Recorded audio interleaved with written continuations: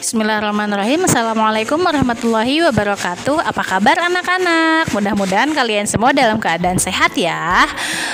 Insya Allah hari ini materi IPS hari ini kita sudah mulai ke tema 4. Nah, insya Allah hari ini kita akan membahas tema 4 terkait tentang kegiatan ekonomi. Tapi sebelumnya kita mulai dengan membaca basmalah terlebih dahulu. Bismillahirrahmanirrahim.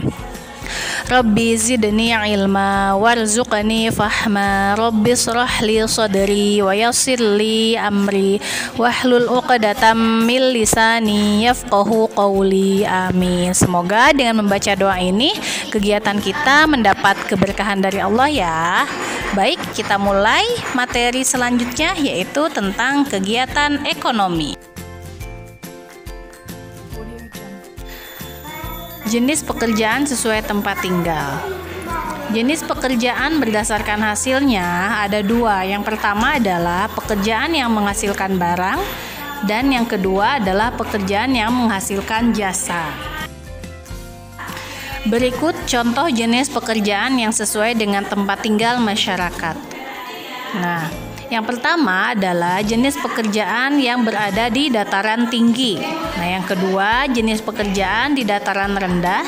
Nah, yang ketiga jenis pekerjaan di daerah pantai. Nah, untuk contoh jenis pekerjaan di dataran tinggi, contohnya adalah berkebun teh atau orang-orang yang biasanya ditugaskan untuk mengambil teh pucuk gitu ya. Nah, yang kedua, contoh jenis pekerjaan yang ada di dataran rendah adalah bertani padi. Nah, karena padi ini biasanya ditanam di daerah dataran rendah. Biasanya jenis pekerjaannya berupa petani. Nah, yang ketiga adalah jenis pekerjaan di pantai. Biasanya kita dapat temui kalau di pantai itu pekerjaannya biasanya sebagai nelayan ikan. Nah, yang pertama kita akan membahas tentang pekerjaan di daerah dataran tinggi. Nah, sebelumnya kita harus tahu dulu dataran tinggi itu apa sih? Dataran tinggi biasanya memiliki suhu yang sejuk. Kemudian dataran tinggi biasanya dimanfaatkan untuk kegiatan perkebunan, peternakan, pedagang gitu. Nah, biasanya perkebunan yang ada di dataran tinggi berupa tembakau, kopi, teh. Kalau sayuran pun biasanya wortel, brokoli dan lain-lainnya. Kemudian contoh dataran tinggi di Jawa Barat biasanya banyak dimanfaatkan untuk perkebunan. Contohnya di daerah Puncak, daerah Lembang, biasanya itu banyak perkebunan teh atau perkebunan sayuran seperti itu. Nah, kalau contoh dataran tinggi di dataran tinggi Dieng, Jawa Tengah, biasanya dimanfaatkan untuk pertanian umbi-umbian seperti kentang. Nah, yang kedua adalah pekerjaan di daerah dataran rendah. Dataran rendah biasanya memiliki tanah yang subur dan landai serta berada di antara 0 sampai 200 meter di atas permukaan laut. Dataran rendah banyak dimanfaatkan sebagai lahan pertanian atau perkebunan. Contohnya misalnya jenis pekerjaan yang biasa masyarakat lakukan ketika tinggal di dataran rendah antara lain petani, peternak, pedagang, pegawai, dan lain-lainnya. Nah, yang terakhir adalah pekerjaan di daerah pantai. Pantai merupakan daerah perbatasan antara darat dan laut. Sebagian besar wilayahnya berupa tanah berpasir dan karang. Biasanya pantai dimanfaatkan sebagai pariwisata.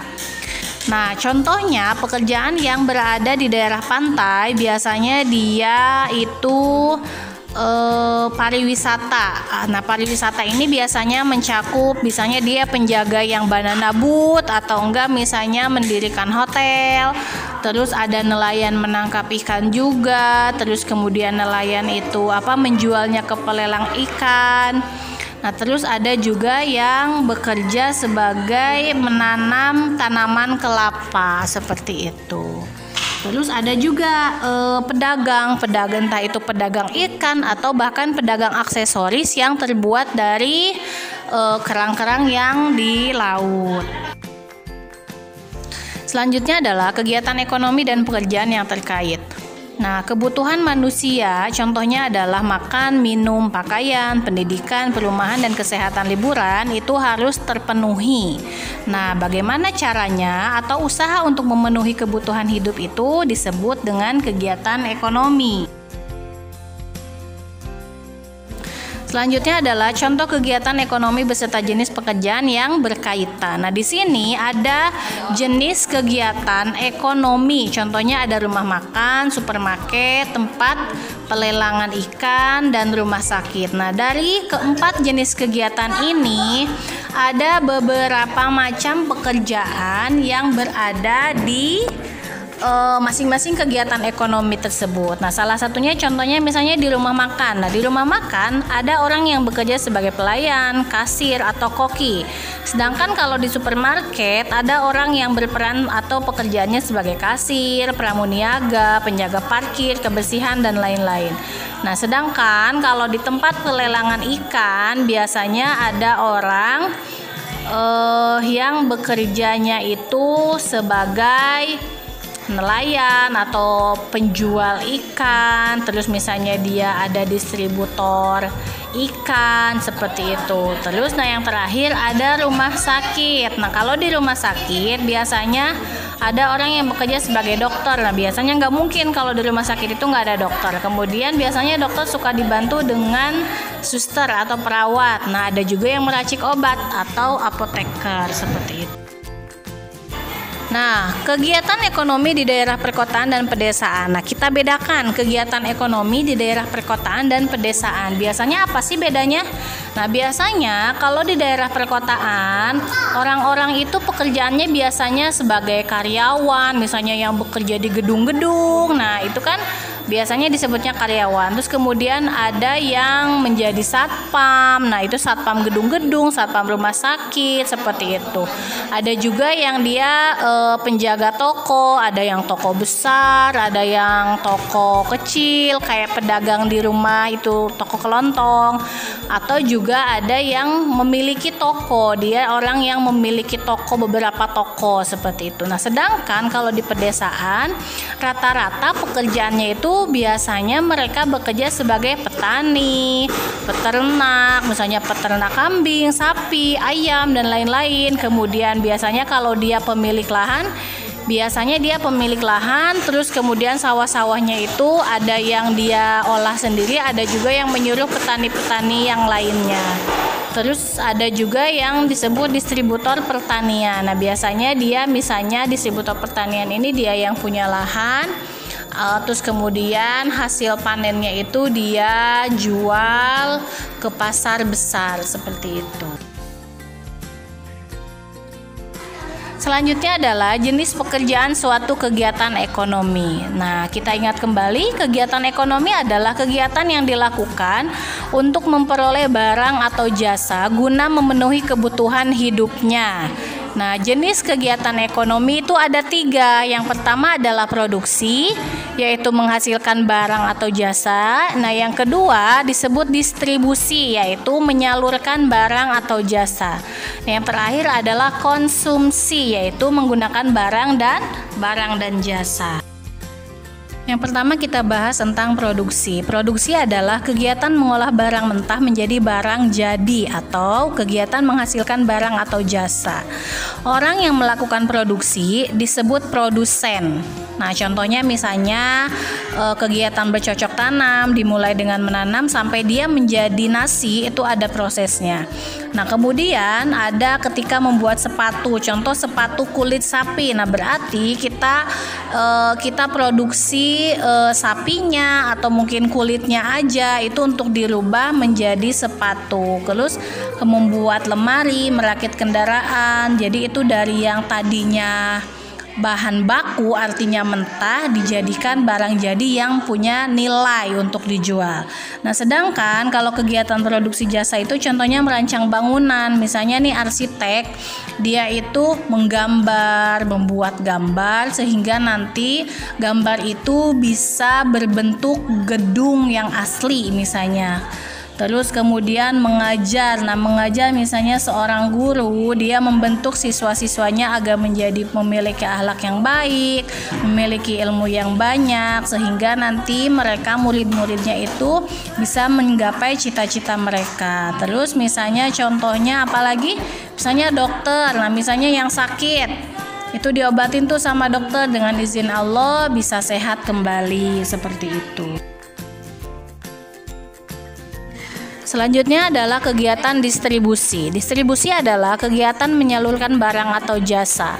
Orang yang melakukan distribusi biasanya disebut distributor. Macam-macam distributor, ada yang disebut agen, ada yang disebut pedagang eceran, ada yang disebut pedagang grosiran. Contohnya misalnya kegiatan distribusi itu adalah menyalurkan air mineral kemasan. Terus misalnya dari pabrik nih dikirim ke pedagang eceran kelontong gitu untuk dijual ke kita yang mau minum misalnya itu. Terus misalnya contoh menjual kebutuhan pokok, rinso atau apa gitu, warung-warung kelontong dekat rumah. Terus misalnya menawarkan jasa kepada orang yang membutuhkan. Contohnya misalnya ada yang mau beli rumah nih. Nah, nanti suka ada tuh yang nawar-nawarin, Bu, kalau mau beli rumah di sini, di sini. Nah, itu bisa juga disebut sebagai distributor. Nah, yang terakhir adalah kegiatan konsumsi. Konsumsi adalah kegiatan menggunakan barang atau jasa untuk memenuhi kebutuhan. Nah, biasanya konsumsi ini orang yang mengkonsumsi atau memakai itu biasanya disebut konsumen. Nah, contoh kegiatannya misalnya makan dan minum. Nah, misalnya kita nih makan, minum, kita ini sebagai konsumen karena kita memakai makanan atau minuman yang sudah kita beli. Terus misalnya ketika kita melakukan telepon, kita pemakai. Pemakai apa? Pemakai pulsa, pemakai handphone sebagai alat bantunya. Terus menggunakan pakaian, kita juga ini sebagai konsumen, seperti itu. Perhatikan contoh kegiatan ekonomi berikut. Nah, yang pertama kita ada yang namanya petani padi. Nah, petani padi ini disebutnya adalah distributor karena dia dari petani menanam, dia menghasilkan beras atau menghasilkan padi. Terus setelah padi bahasanya itu dipisahkan dari pohonnya, kita kirim padi tersebut ke pabrik padi. Nah, pabrik padi ini juga masih kita sebut sebagai produsen karena dia juga mengubah padi menjadi beras. Kemudian kita kirim beras itu ke distributor beras untuk kita jual ke pedagang beras dan selanjutnya dibeli oleh konsumen untuk digunakan sebagai makanan. Nah, selanjutnya adalah kegiatan ekonomi pembuatan kertas. Yang pertama, kayu dikupas kulitnya dan dipotong kecil. Kemudian, potongan kayu dicampur bahan kimia menjadi pulp. Pulp diberi warna pemutih supaya kertas menjadi warna putih. Selanjutnya, pulp masuk ke dalam mesin pembuatan kertas. Nah, selanjutnya setelah itu, kandungan air dalam pulp dihilangkan dengan mesin pres. Nah, lalu kertas dicetakkan untuk menghasilkan kertas dengan ketebalan tertentu. Nah, yang terakhir, kertas yang sudah jadi gulungan dan siap digunakan.